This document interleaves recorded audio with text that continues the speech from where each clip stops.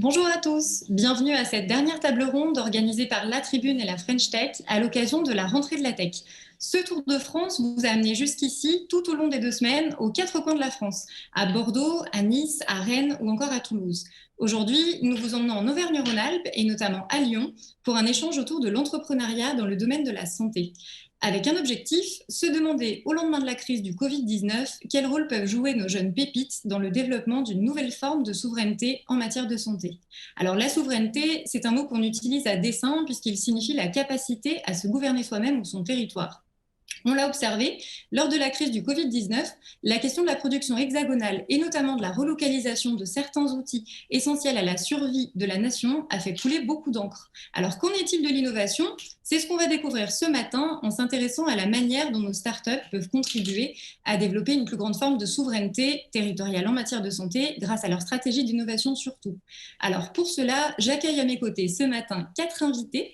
Florence Agostino tout d'abord, directrice générale du pôle de compétitivité Lyon Biopôle, qui accompagne les PME, les startups, grands groupes et laboratoires académiques dans les activités innovantes en santé Auvergne-Rhône-Alpes. Ensuite, nous avons à ses côtés Vincent Templard, président du cluster Medicalps, de la filière des technologies de la santé du Sillon alpin et PDG d'Evéon. Nous avons également Étienne Duro, coprésident de French Tech in the Alps, qui regroupe les écosystèmes d'Annecy, Grenoble, Chambéry et Valence-Roman. Il est également président de Digital League, un cluster spécialisé dans l'innovation informatique et numérique. Et enfin, last but not least, Jean Tafalozzi, CEO et fondateur de Ma Question Médicale, une start-up qui s'est lancée dans la téléconsultation médicale en région lyonnaise. Alors, nous allons commencer par une question à Étienne Duro, justement. Étienne, vous représentez l'écosystème des startups avec votre casquette de coprésident French Tech in the Alps, qui est l'une des 13 capitales French Tech à avoir été labellisée aux côtés de votre voisin French Tech One Lyon-Saint-Étienne. Est-ce que vous pourriez brosser pour nous, en quelques mots, un portrait de l'écosystème régional en matière d'innovation ? Est-ce que vous avez quelques chiffres et quelle est la place des acteurs de la santé dans cet écosystème ? Oui, merci Marie. En effet, la French Tech, c'est l'écosystème des startups en France, labellisé par ce petit coq que tout le monde connaît maintenant. Sur Auvergne-Rhône-Alpes, c'est un très grand dynamisme en ce qui concerne French Tech in the Alps, comme vous avez dit, qui couvre tout le sillon alpin. C'est près de 600 startups avec des levées de fonds chaque année entre 150 millions et 200 millions. Voilà, et plus de 500 événements. Bien sûr, nous sommes d'abord dans le numérique parce que du fait des entreprises qui existaient déjà traditionnellement sur le numérique, nous sommes très actifs dans le numérique, mais aussi évidemment dans le domaine de la santé. Voilà. Dans le domaine de la santé, est-ce qu'on a une idée de la proportion de startups ou de quel type de filière ou de domaine elles adressent ? Oui, le problème de la santé, c'est que c'est quand même très large comme activité, parce que ça couvre tous les pans de la santé, du diagnostic jusqu'au traitement, etc. Donc, c'est entre 5 et 10% des startups, je pense, sur Auvergne-Rhône-Alpes qui sont impliquées vraiment dans la santé. Parfait. Alors, on va compléter ces chiffres et ce panorama avec Lyon Biopôle, dont c'est le travail aussi de conseiller les startups dans leur politique d'innovation en matière de santé. Alors, je me tourne vers Florence. Comment est-ce que vous avez adressé un petit peu ce segment des startups et jusqu'à quel âge est-ce qu'on reste une startup chez vous ? Oui, bonjour Marie. Alors, c'est effectivement la question que vous évoquez est assez sensible en matière de santé parce que la notion de start-up est un peu à géométrie variable en fonction du domaine d'activité dont on parle. Donc, c'est vrai qu'une biotech ou une medtech qui vont développer soit des nouveaux dispositifs médicaux, soit des nouveaux médicaments, soit des nouveaux dispositifs de diagnostic vont avoir des durées de développement extrêmement longues, donc ils peuvent rester start-up assez longtemps, voire plusieurs années. Quand on est sur des sociétés qui vont aller chercher plutôt les technologies du digital ou des mathématiques appliquées à la médecine, là, on est sur une définition plus classique. Et voilà, ce sont des startups qui sont des startups pendant 24, 36 mois et qui ensuite deviennent des PME. Peut-être juste pour compléter le paysage, en Auvergne-Rhône-Alpes, on considère qu'il y a environ 800 PME qui travaillent dans le domaine de la santé. Donc, comme Étienne l'évoquait, c'est vrai qu'on a la chance d'être sur un territoire qui est particulièrement dynamique, particulièrement réactif. Et nous, on est une association, donc on parle toujours de nos adhérents, mais on a environ entre 20 et 30 nouveaux adhérents par an. Donc, pour être adhérent de Lyon Biopôle, il faut être implanté en Auvergne-Rhône-Alpes et avoir toute une partie d'activité spécifiquement dédiée à l'innovation en santé. Donc, ça donne juste une photographie, en fait, de cet écosystème hyper dynamique et en constante évolution et augmentation. Vous me disiez tout à l'heure qu'il y a une vingtaine, c'est ça, de création de nouveaux concepts ou de nouvelles startups dans ce domaine chaque année? Oui, alors c'est à l'échelle d'Auvergne-Rhône-Alpes, hein, c'est sûrement un peu plus. Ça, c'est le nombre de nouveaux adhérents qui arrivent au sein de Lyon Biopôle, voilà, qui opèrent sur l'ensemble de la région. C'est vrai qu'il y a vraiment cet écosystème qui est traditionnellement très ancré sur le domaine des industries de la santé, qui est aussi un écosystème qui est très lié au monde académique. Et c'est vrai que ce soit à Grenoble, à Lyon, à Saint-Étienne, à Clermont-Ferrand, il y a un certain nombre de bassins qui sont extrêmement dynamiques et extrêmement impliqués sur ces domaines. Et du coup, ça explique qu'on ait ce nombre significatif de nouveaux projets qui émergent tous les ans.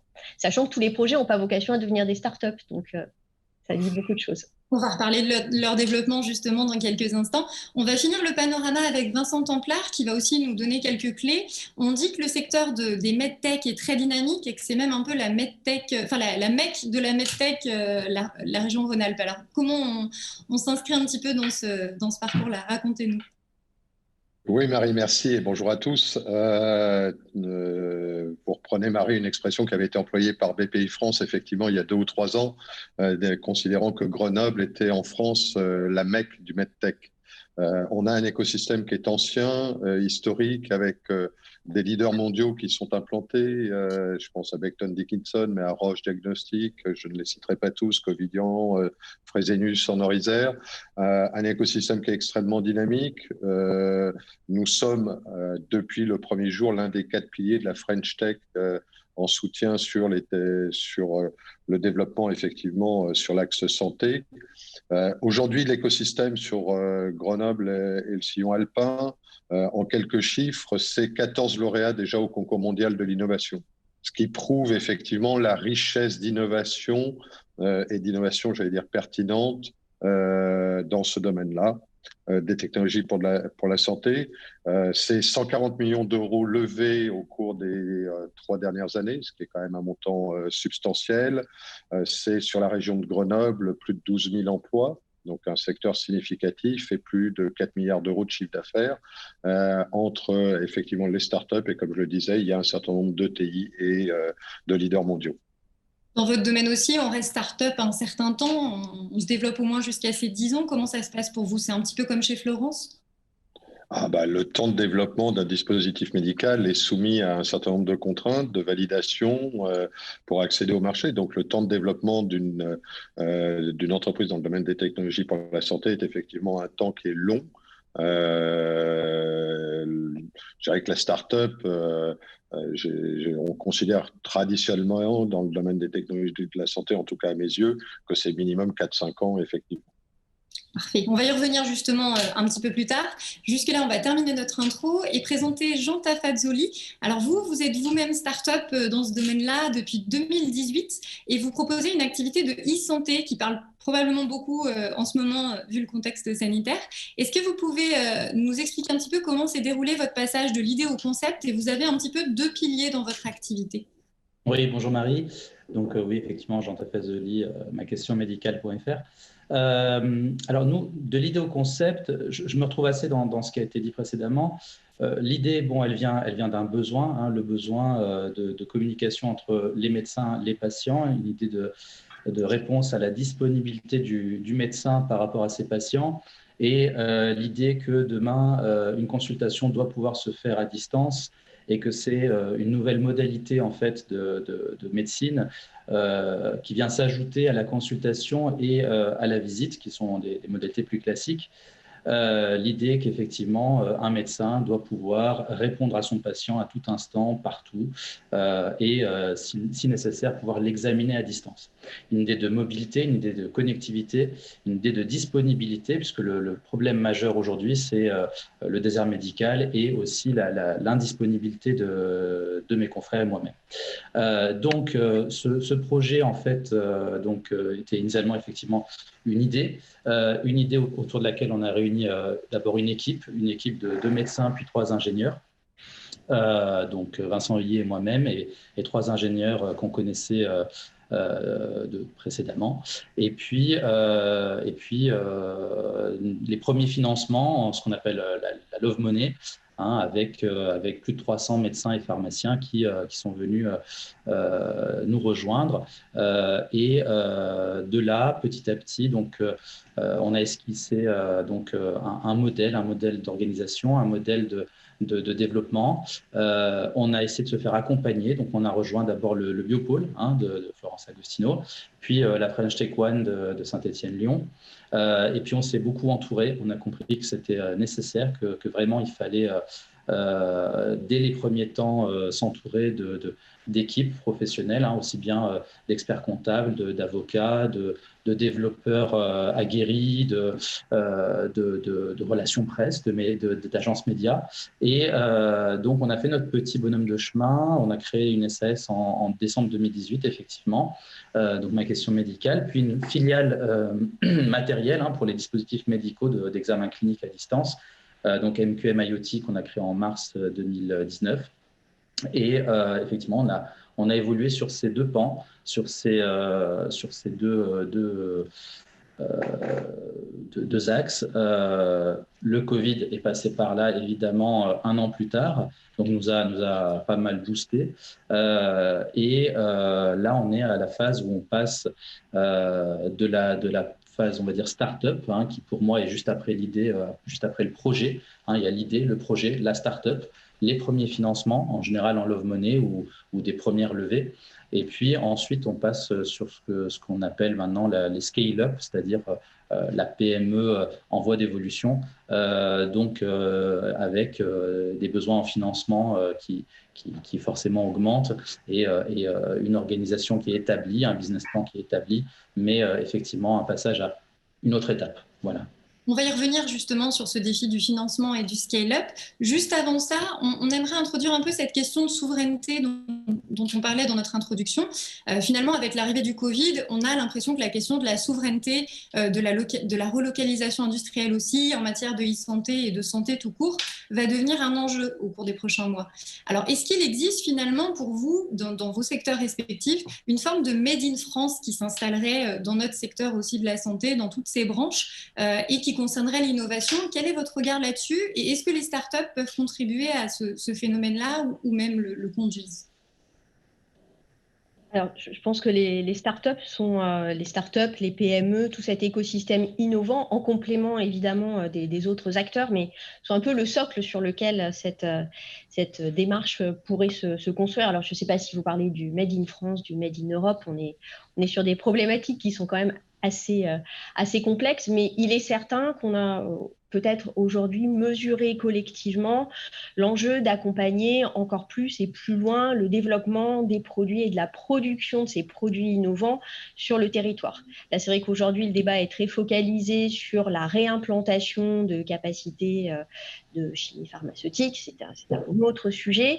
Mais si on se focalise davantage sur la question de qu'est-ce qu'on veut faire avec un écosystème innovant, qu'est-ce qu'il peut apporter au-delà de sa créativité, il y a effectivement aussi la question d'être en capacité d'accompagner son développement, son implantation de façon pérenne et en production sur nos territoires, ce qu'un certain nombre d'entreprises font déjà. et de leur permettre d'interagir avec l'ensemble des acteurs. Et l'ensemble des acteurs, ce sont à la fois les acteurs qui travaillent sur les questions d'industrialisation, mais ce sont aussi les acteurs qui travaillent sur les aspects réglementaires, les acteurs qui travaillent ensuite sur les questions de tarification. On est dans un continuum qui est extrêmement complexe, évidemment, comme toujours, mais qui aujourd'hui, je pense, commence à être mieux compris. Et dont, en tout cas, malheureusement, avec la crise Covid, on a mesuré tous les enjeux. Et vous redonniez la définition de souveraineté. Je pense qu'on est vraiment bien dans ce sujet-là, très profondément. Est-ce que l'un d'entre vous veut réagir aussi? Peut-être Étienne, qui est du côté start-up dans différents domaines. Est-ce qu'il y a une prise de conscience de ces jeunes pousses également vers ces questions de souveraineté? Oui, tout à fait. Ceci dit, je pense qu'il ne faut pas faire forcément une fixation sur le Made in France. Je rejoins vraiment ce que dit Florence. Tant dans le domaine du numérique que dans le domaine de la santé, le sujet étant tellement vaste qu'on ne peut pas dire on va tout faire, tous les dispositifs médicaux, tous les instruments de mesure, tous les produits, tous les médicaments, etc., tout en France, c'est vraiment pas possible.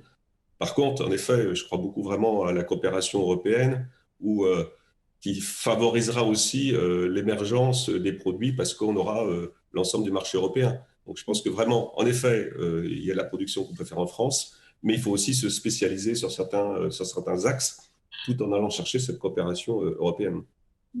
Peut-être Jean, pour l'illustrer, est-ce que vous avez réfléchi à cet enjeu? Est-ce que ça faisait partie de votre modèle de rester souverain ou en tout cas français pour pouvoir proposer vos services? Alors, moi, en tant que médecin, j'ai forcément une vision un petit peu différente. Alors, autant sur le matériel, on est très européen. On travaille avec aussi bien des Ukrainiens, des Polonais, des Espagnols. On a des équipes un peu internationales pour la partie dispositifs médicaux. Autant on ne peut pas outrepasser en tout chauvinisme et en toute humilité, l'excellence de la médecine française et surtout sa différence, c'est la médecine française est une médecine basée sur les preuves et une médecine très protocolisée. Donc ça explique pourquoi aujourd'hui l'avenant 6 de la télémédecine, par exemple, va même plus loin, vous dit qu'un patient marseillais doit absolument voir un médecin de Marseille ou en tout cas de PACA. Un patient de Lyon ou de Saint-Étienne devra voir un médecin de Lyon ou de Saint-Étienne. C'est-à-dire qu'il y a une prise de conscience quand même de la nécessaire proximité entre le soignant et le soigné. Et même si on virtualise cette relation aujourd'hui, il faut quand même qu'il soit possible de voir le soignant de manière physique au moins une fois par an, c'est inscrit dans la loi. Et puis ensuite, il y a quand même une crainte de la plupart des acteurs, on va dire, qui font appel à des médecins dans la e-santé, c'est justement de se retrouver demain, par exemple, avec un médecin d'Europe de l'Est, par exemple, qui vous répondent en ligne. Et ça, évidemment, les grands groupes européens non français qui ont des sites internet de e-santé l'aimeraient. Ils aimeraient que demain un médecin bulgare réponde à un patient français. Mais les entreprises françaises ont leur rôle à jouer là-dedans pour peut-être effectivement ramener la qualité de la santé française et de tirer l'ensemble vers le haut plutôt que d'aller dans ce sens et de tirer en fait la qualité vers le bas. Voilà. Moi, si je pouvais rajouter cette petite nécessaire explication, parce qu'on le voit très bien, ce débat se joue actuellement. Actuellement, il y a des groupes qui poussent pour qu'on soit sur l'internationalisation totale de la e-santé et d'autres qui poussent pour qu'il y ait quand même une qualification de la qualité, une conservation de la qualité de la médecine française. C'est d'ailleurs ce qui fait très peur aux citoyens. Donc vous, en d'autres mots, vous avez vraiment misé sur le fait de garder une assise en France, notamment dans les services que vous proposez, pas forcément dans l'outil, mais en tout cas dans le contenu. Nous, on a dès le 11 juillet, dès que l'obligation de territorialisation s'est appliquée au niveau légal, on a territorialisé les salles d'attente d'urgence, parce qu'on a la salle d'attente de chaque médecin et puis une salle d'attente d'urgence. On a territorialisé chaque salle d'attente. Il y a la salle d'attente de Rhône-Alpes, il y a la salle d'attente je sais pas, de PACA, la salle d'attente de Loire-Atlantique, etc. Et donc, on a territorialisé les salles d'attente en essayant de regrouper un petit peu les médecins autour de référents médecins par région. Et puis, on a, donc, dans notre processus, par contre, d'internationalisation, on va dans un premier temps proposer les services de la qualité de la médecine française, c'est-à-dire les médecins français à l'étranger, et ça, je peux vous dire que c'est très attendu à l'étranger, plutôt que de réfléchir dans le sens inverse, c'est-à-dire je vais blinder mon nombre de médecins artificiellement en prenant n'importe quel médecin de n'importe quel pays. Voilà, on va dispatcher notre qualité au niveau international et non pas l'inverse. C'est un choix. Les sites n'ont pas fait ce choix. Une forme d'export. Alors, on va justement compléter là-dessus. Vous allez voir que ça va faire un lien. Il y avait la question des enjeux qui peuvent se poser quand on cherche quand même justement à rester sur le territoire français ou tout du moins européen dans le domaine de la santé. On nous dit souvent que la question du financement se pose en premier lieu.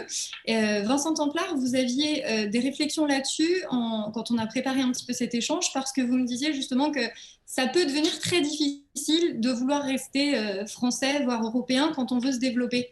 Expliquez-nous ce qui coince en matière de financement. Je vais faire le lien, Marie, si vous me permettez, avec la question. Je rejoignais tout à fait les propos qui étaient formulés, et je pense l'excellence de l'innovation. Le commerce extérieur dans le domaine des technologies pour la santé est déficitaire. Et on sait que parmi les freins, effectivement, il y en a au moins 2 que j'ai identifiés, qui sont clairement identifiés de façon générale, qui sont le frein que je vais appeler financier et le deuxième frein qui est le frein réglementaire. Le frein réglementaire, il est tout simplement que la nécessité de la preuve, pour reprendre ce qui a été dit et qui est un aspect extrêmement important du développement d'un dispositif médical, incite en définitive l'ensemble des autorités de l'administration à être extrêmement prudents sur la mise sur le marché d'un dispositif médical en France. Et donc, bon nombre, pour ne pas dire toutes les entreprises de technologie médicale qui se développent, commencent par avoir un développement commercial à l'étranger. Il est parfois plus facile d'avoir une autorisation de mise sur le marché aux États-Unis ou au Japon, voire en Allemagne ou en Italie, qu'en France.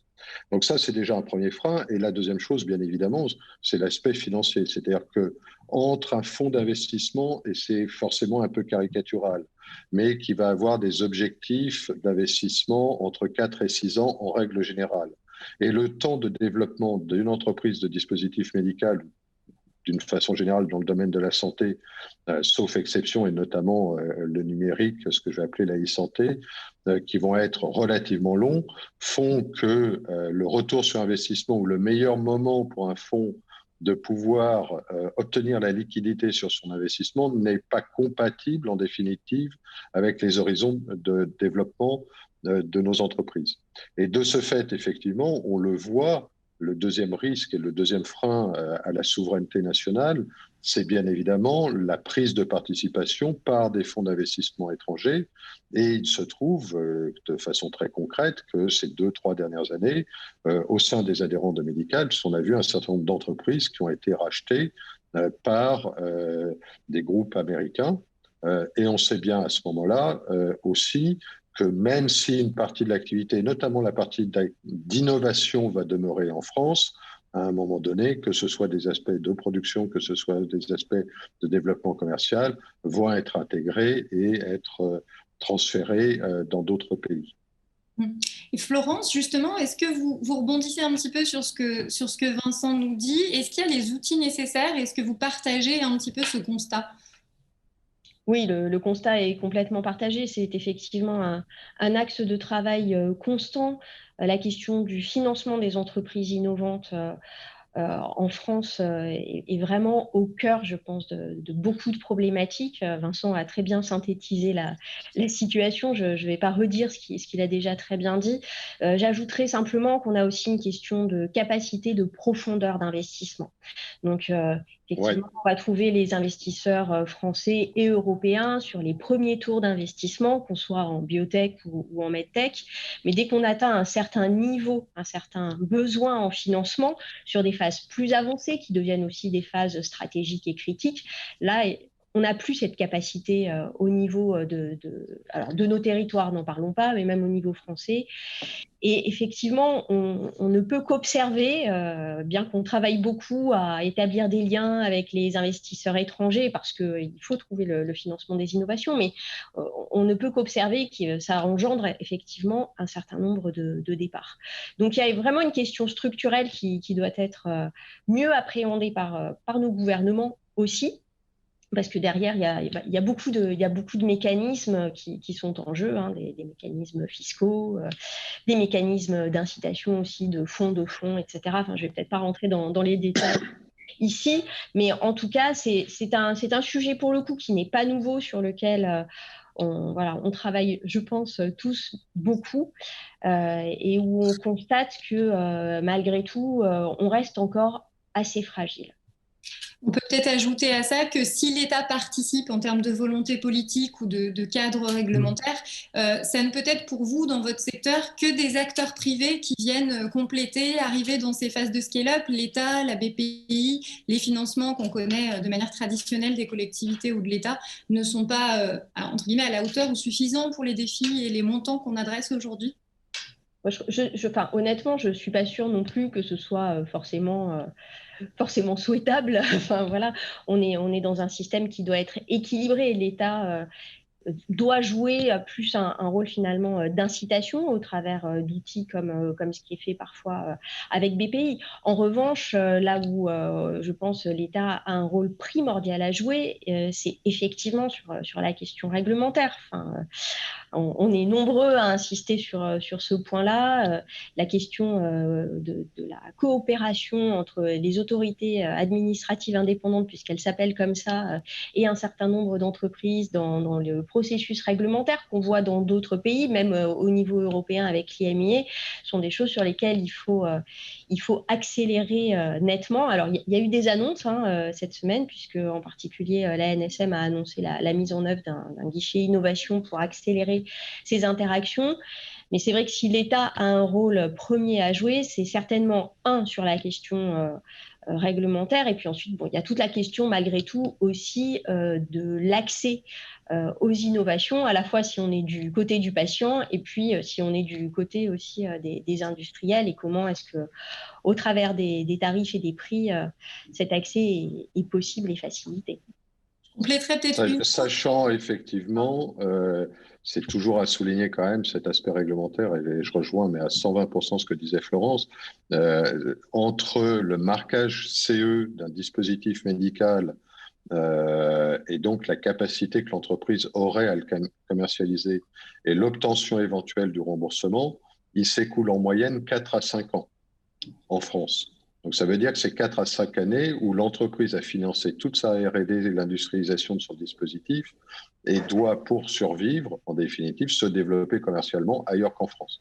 Et se développant commercialement ailleurs qu'en France, par définition, elle va rencontrer des investisseurs aussi, et au-delà de la problématique, effectivement, de la capacité de financement des investisseurs et du besoin de financement de nos entreprises, il y a des rencontres qui vont se faire, des réseaux commerciaux et des réseaux financiers à l'étranger. Et donc, ce verrou, effectivement, de l'accès au marché est extrêmement important à mes yeux. Je compléterai sur la partie financement, si vous permettez. Juste une des difficultés des startups, c'est de trouver déjà les bons fonds. Je vois beaucoup de startups qui passent beaucoup de temps et qui perdent du temps pour trouver le bon fonds correspondant à leur niveau de société, et en plus sur des fonds des fois thématiques. Et je pense qu'on perd beaucoup de temps là-dessus et qu'il faut vraiment anticiper cette recherche de fonds, quoi. Voilà. Pour autant, j'allais revenir sur la question du financement après, mais c'est bien que vous la meniez maintenant, parce que l'idée, c'était de savoir, on dit souvent finalement que dans le numérique, de manière globale, on a plus souvent accès à du financement que dans d'autres secteurs, ou peut-être de manière plus large. Est-ce que c'est une idée reçue finalement, ou est-ce que ce secteur, vous arrivez mieux d'une certaine manière à attirer des investisseurs privés ou à les convaincre ? Alors peut-être que dans le logiciel, c'est peut-être plus facile. Le hardware, et je rejoins tout à l'heure parce qu'on parlait de hardware, c'est beaucoup plus compliqué parce que les investissements aussi sont très lourds, quoi, et le temps aussi de mise sur le marché sont très longs, quoi. Donc, et c'est pas toujours compatible avec votre, justement, on parlait des fonds d'investissement, votre business plan, etc., qui de fait est incertain, quoi. Voilà. Et Jean, justement, vous parliez de scale-up tout à l'heure pour vous. Ça se traduit comment ces questions dont on est en train de parler pour vous? Est-ce que vous arrivez facilement à trouver des investisseurs? Vous en avez déjà eu besoin? Vous en êtes où dans votre phase de financement? Alors justement, j'allais intervenir. Alors, je suis d'accord avec tout ce qui a été dit précédemment. Nous, on a eu cette chance finalement d'avoir de la love money, hein, des investisseurs privés très nombreux qui se sont positionnés dès le départ parce que effectivement c'est du numérique, parce que ça passionne les gens, parce que ça parle aux gens. Donc très rapidement, l'IT ou la medtech permet de réunir ce qu'il faut pour démarrer, j'ai envie de dire. Là où ça se complique, c'est lorsque effectivement on passe à une demande de financement, on va dire institutionnel, hein, quand on veut plusieurs millions d'euros pour développer un dispositif médical ou un logiciel. Là, à ce moment-là, la première difficulté, c'est déjà de créer le business plan. Nous, ça nous a paru une montagne. Alors pourquoi? Parce qu'on n'est pas du domaine financier, hein. C'est peut-être naïf ce que je dis, mais nous, on a quand même tapé, je crois, à toutes les portes pour essayer de faire un business plan optimal. Ça nous paraissait très important, primordial. Comment aller voir des investisseurs si on n'a pas le bon pitch? Hein, on a été notamment aidé par le Biopôle. Et si on n'a pas le bon business plan, donc là, on est passé par des professionnels privés, hein, PwC pour ne pas les nommer. Et ensuite, effectivement, on s'adresse à des fonds d'investissement, à des industriels. Très rapidement, alors pour revenir sur l'international, sur les fonds internationaux qui reprennent en fait des startups françaises, effectivement, les premiers qui se positionnent, et ça, c'est l'expérience, c'est souvent des grands groupes, hein, CampuGroups, qui détient actuellement 70% du logiciel médical en France. Telehealth Doc, hein, qui vient de racheter plusieurs sociétés de télémédecine en France. Donc ça, c'est des sociétés américaines qui pèsent plusieurs milliards. Dès que quelque chose pousse en France ou ailleurs, elles se positionnent. C'est la facilité, hein. Il y a aussi les mutuelles, hein, les grands groupes mutualistes ou d'assurance. La facilité, c'est de dire, bon, ben, je prends mon chèque, je suis une petite start-up, je n'irai peut-être pas plus loin, donc je redonne le bébé à ces grands groupes et ils sauront mieux faire que moi. Malheureusement, oui, effectivement, ça fait disparaître du paysage beaucoup d'innovations, je pense, qui deviennent en fait des innovations américaines par cette passation. Et puis, et du coup, en fait, donc c'est bien, je viens d'apprendre que la NSM voulait faire un guichet unique pour tout ce qui est formalité pour la certification. Je pense qu'il faudrait, de la même manière, un guichet unique d'aide à l'investissement. Je m'explique. L'État, par les ARS, entre 2012 et 2018, a eu un programme, par exemple, en télémédecine qui s'appelait ETAP et a distribué en tout 23 millions d'euros à différentes sociétés privées. Donc, c'est de l'argent public qui allait dans l'investissement privé pour favoriser dans telle et telle région telle ou telle société. Je ne suis pas sûr que c'était bien, je ne suis pas sûr que c'était une bonne idée. Aujourd'hui, en Rhône-Alpes, on a le GCS Sara, donc, qui a une position, on va dire, dominante sur la messagerie médicale, la messagerie sécurisée entre médecins, parce qu'il a reçu de l'argent de l'État. Mais on a des produits privés qui sont de bien meilleure qualité et qui n'ont pas eu cet appui de l'État. Donc, ce n'était peut-être pas la bonne idée, l'État qui injecte directement. Par contre, que l'État crée un guichet qui puisse permettre à des gens comme la French Tech ou le Biopôle de mettre en relation avec une vraie organisation, avec une aide à la rédaction du business plan, avec de vraies réunions en vue d'investissement entre des entreprises françaises, et il y en a. Par contre, il faut prendre son bâton de pèlerin et aller voir et aller taper et puis trouver les bonnes personnes. Voilà. Et donc, c'est vrai que cette mise en relation peut-être nécessiterait un coup de pouce. puisque effectivement, les premiers qui s'alignent, les premiers qu'on voit dans tous les congrès, les premiers qu'on voit dans tout événement relatif à la e-santé, c'est toujours les grands groupes. Donc, soit on n'a pas d'expérience et on se fait manger par un grand groupe, et la première question qu'ils vous posent, c'est quand est-ce que vous vendez, soit c'est un long cheminement avant d'arriver à trouver des investisseurs industriels français. Voilà. Nous, on a fait le choix de vouloir un investisseur français. Je ne peux pas encore vous dévoiler le nom, mais ce n'était pas la facilité. Voilà. Florence ou Vincent, peut-être, est-ce que vous partagez ce constat, le fait que la concurrence puisse être faussée, et est-ce qu'il y a pour vous des pistes à explorer en matière de financement, comme le dit Jean? Alors, la concurrence faussée, c'est bon. Là, on est sur le sujet que Jean évoquait. On est sur un sujet très particulier, effectivement, qui a été celui de la volonté de déployer des solutions de télémédecine avec un choix de l'État qui effectivement peut interroger, qui reboucle un peu sur la question que vous posiez. Est-ce qu'il faut que l'État investisse en direct? C'est pour ça que je vous disais, c'est pas forcément toujours cette modalité-là qui est attendue. Donc ça, je crois que le paysage a été bien décrit. Dans les leviers finalement dont on dispose aujourd'hui, il y a un autre aspect qui a été souligné, c'est aussi l'aspect, en tout cas ce que nous, on essaie de travailler en direct, au-delà de la relation avec les investisseurs et de la bonne compréhension aussi de leurs conditions d'investissement, de leurs attentes. C'est un monde qui est aussi très réglementé et où effectivement, une fois qu'on a déposé le règlement d'un fonds, on ne fait pas ce qu'on veut non plus. Donc, on a tout un travail de lien avec les investisseurs pour bien comprendre ce qu'ils recherchent et la façon dont ils sont prêts à intervenir. Il y a tout le versant, je dirais, en miroir, d'essayer d'accompagner les entrepreneurs qui le souhaitent dans la préparation de cette rencontre avec les investisseurs, à la fois au travers effectivement du fameux pitch investisseur en français ou mieux en anglais. Avec un certain nombre de codes qu'il faut intégrer, et puis ensuite dans le ciblage des investisseurs qui effectivement correspondent au projet. Donc, on a le sentiment qu'on peut aller plus loin, effectivement, dans cet accompagnement, qu'il faut sans doute le renforcer, en France, par rapport peut-être à d'autres écosystèmes innovants. Voilà, on a ce magnifique potentiel avec beaucoup de gens qui sont très, très actifs, mais on n'a peut-être pas non plus, compte tenu de nos cursus, une tradition de relation avec les investisseurs privés qui est aussi naturelle que celle qu'on va trouver dans d'autres pays. Donc, il faut sans doute qu'on renforce cet accompagnement aussi des entrepreneurs. Après, sur l'investissement en tant que tel, je crois que je me suis déjà exprimée, donc je vais peut-être céder la parole à d'autres. Peut-être pour faire le lien, et Vincent, ça devrait répondre un petit peu aux prochains éléments aussi que vous souhaiteriez mentionner.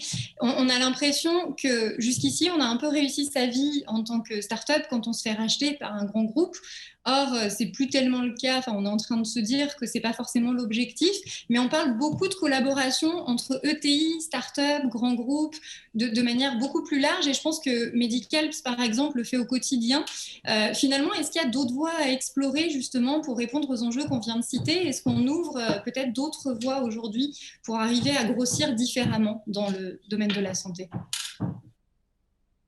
Alors, on essaye effectivement, au travers de Medicalps, de créer du lien. Je pense que nous sommes sur des secteurs, et en tout cas le secteur des technologies de la santé, qui est même d'ailleurs un secteur différent de celui du développement du médicament.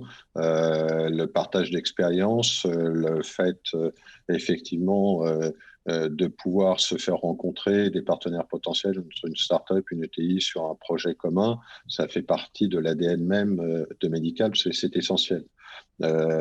Si on veut effectivement qu'une entreprise arrive à se développer et à accélérer ses développements à un moment donné, c'est quel bénéfice peut-elle avoir de l'expérience de ses pairs et j'allais dire pouvoir franchir un peu plus vite quelques haies qui doivent être franchies inéluctablement et de toute façon à un moment donné. Donc ça, c'est un aspect effectivement extrêmement important et on a même Medicalps, ça a été à l'origine d'un événement européen qui s'appelle MedFit, qui désormais a lieu tous les ans, qu'on a créé avec deux autres pôles qui a justement le seul événement de partenariat dans le domaine des technologies de la santé qui va permettre entre les grands groupes, les ETI et les startups de se rencontrer. Et c'était un vrai besoin qui avait été identifié, y compris au niveau du Commissariat général à l'investissement. Donc tout ce qui va être facteur d'accélération va avoir un aspect effectivement extrêmement positif. Maintenant, si on revient juste sur la question du financement, 2 secondes, Marie, ce que j'aurais aimé ajouter, c'est qu'aujourd'hui en France, on a effectivement, pour reprendre l'expression de Florence, une profondeur de poche qui est probablement insuffisante et nos projets, peut-être moins dans le numérique, mais nos projets sont quand même dans les technologies de la santé des projets très capitalistiques, donc qui nécessitent des levées de fonds importantes. On n'a pas d'investisseurs institutionnels et de fonds d'investissement capables d'accompagner de façon insuffisante, en tout cas, ces projets. Or, par ailleurs, il y a des réglementations européennes qui sont mises en place, et je pense aux compagnies d'assurance qui, aujourd'hui, ne peuvent plus investir, pour faire très simple, dans du non-coté, ou plus exactement, qui, lorsqu'elles investissent dans du non-coté, sont obligées de mettre un ratio de fonds propres tellement élevé que des compagnies d'assurance qui, jusqu'à il y a 4 ans, faisaient du non-coté, ont décidé d'arrêter d'en faire. Donc, c'est un vrai sujet.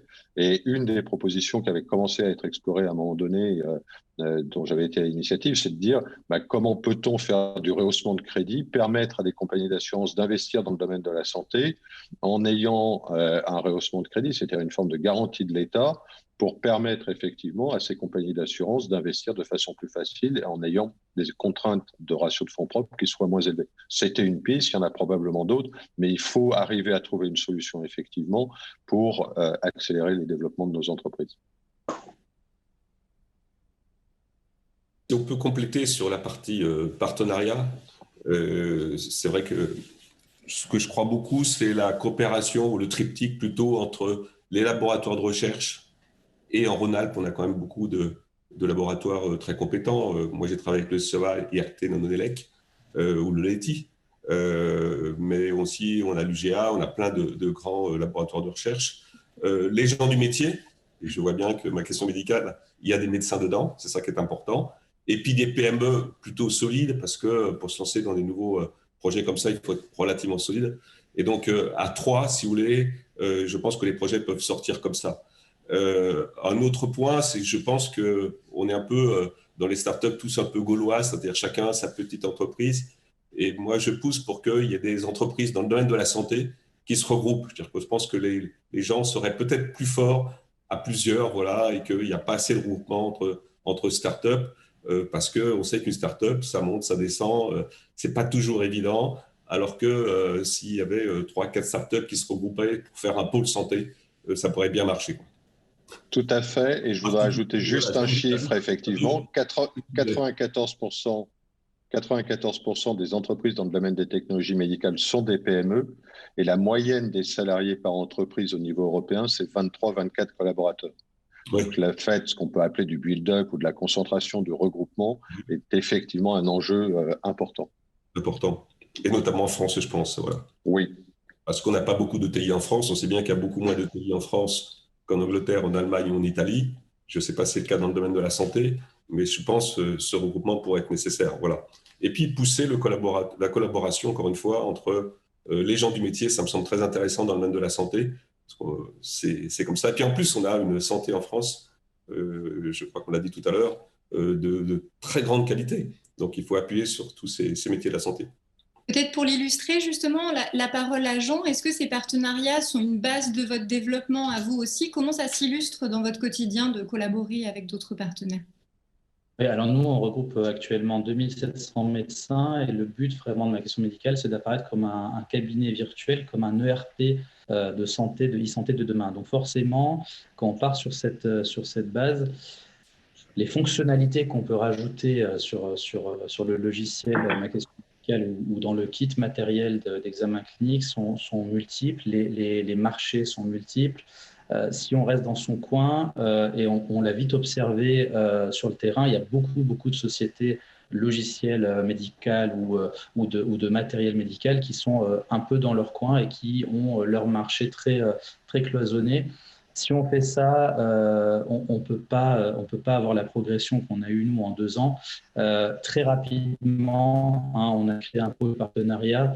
Donc, on travaille notamment avec des sociétés comme Viamedis ou comme Almeris pour la partie, on va dire, tiers payant, par exemple, sur quoi on travaille. On travaille avec Saniléa pour le transport sanitaire. Donc très rapidement, on a développé, on est en train de réfléchir à la livraison des médicaments directement à votre domicile après une téléconsultation. Donc on développe des partenariats et je pense que c'est hyper important parce que effectivement, le modèle depuis ces 30 dernières années, c'était le médecin dans son cabinet avec son logiciel. Il y avait une vingtaine d'acteurs qui se partageaient le marché avec des logiciels qui ne communiquaient pas entre eux. Il n'y a aucune norme sur la sauvegarde des données médicales, par exemple. On parle du Health Data Hub. Il n'y a pas de norme aujourd'hui de sauvegarde des données médicales, comme il n'y a pas de norme d'anonymisation. Et clairement, je pense que tout est à faire. Notamment, je pense qu'il faut qu'il y ait une vraie volonté de faire parler les acteurs de la e-santé entre eux. Quand on crée des dispositifs médicaux, ça serait bien qu'il y ait pareil des normes de communication entre dispositifs ou en tout cas des choses qui permettent à une société par exemple comme la nôtre d'aller piocher chez les autres et de très rapidement pouvoir faire communiquer leur matériel avec nos logiciels en ligne. Voilà, de faire accélérer les certifications CE. Je rejoins Vincent sur ce sujet. Nous, on a dû passer par un autre pays européen pour certifier un de nos outils, un de nos dispositifs médicaux.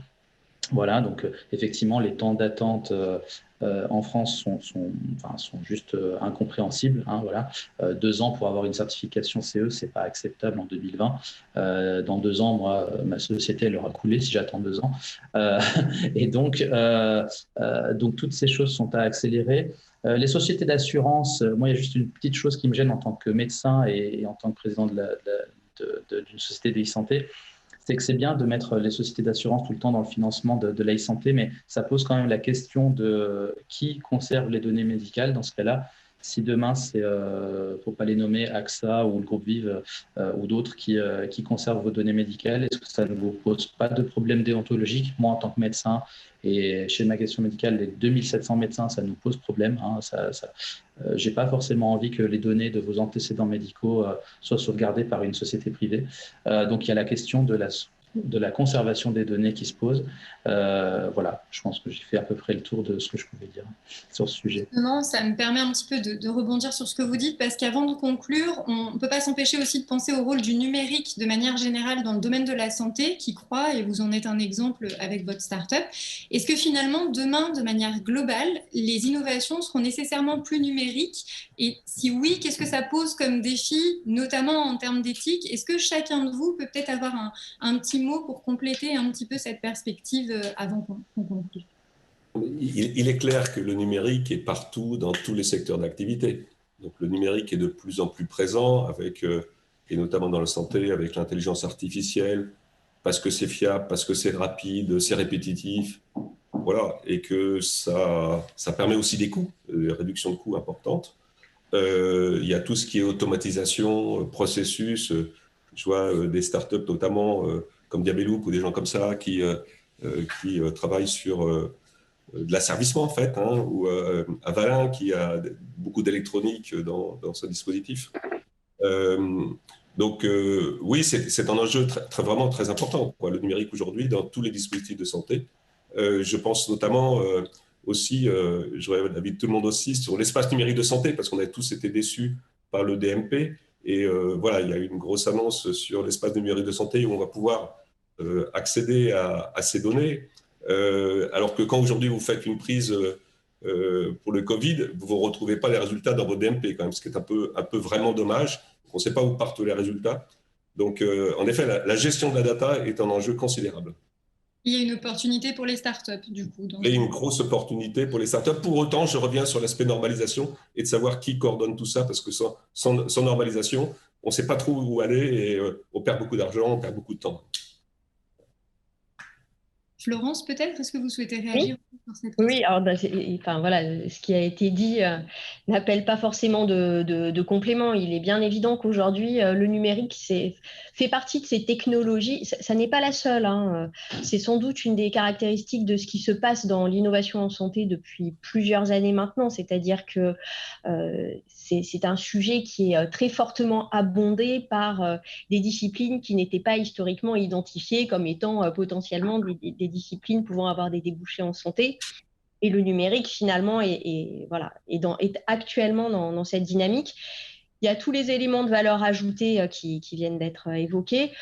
Moi, je me permettrais de rebondir sur deux aspects. C'est que pour une bonne intégration d'une technologie, il faut effectivement que ça se passe dans le cadre d'un écosystème. Et c'est ce que chacun de nous a dit d'une façon différente. Et c'est nous, au niveau de Lyon Biopôle, c'est ce à quoi on essaie de contribuer. Et c'est aussi de créer ces lieux d'interaction entre des gens qui ont une compétence finalement très technologique, en l'occurrence issue du numérique, avec des gens qui ont cette vision du besoin non couvert, parce que voilà, et d'autres personnes qui vont avoir la capacité à intégrer cette solution avec d'autres solutions, parce qu'on est aussi dans un temps où demain, potentiellement, on ne va plus développer un médicament seul sans qu'il soit assorti d'un diagnostic préalable et suivi d'un outil digital qui permette d'accompagner l'observance ou de collecter un certain nombre de données.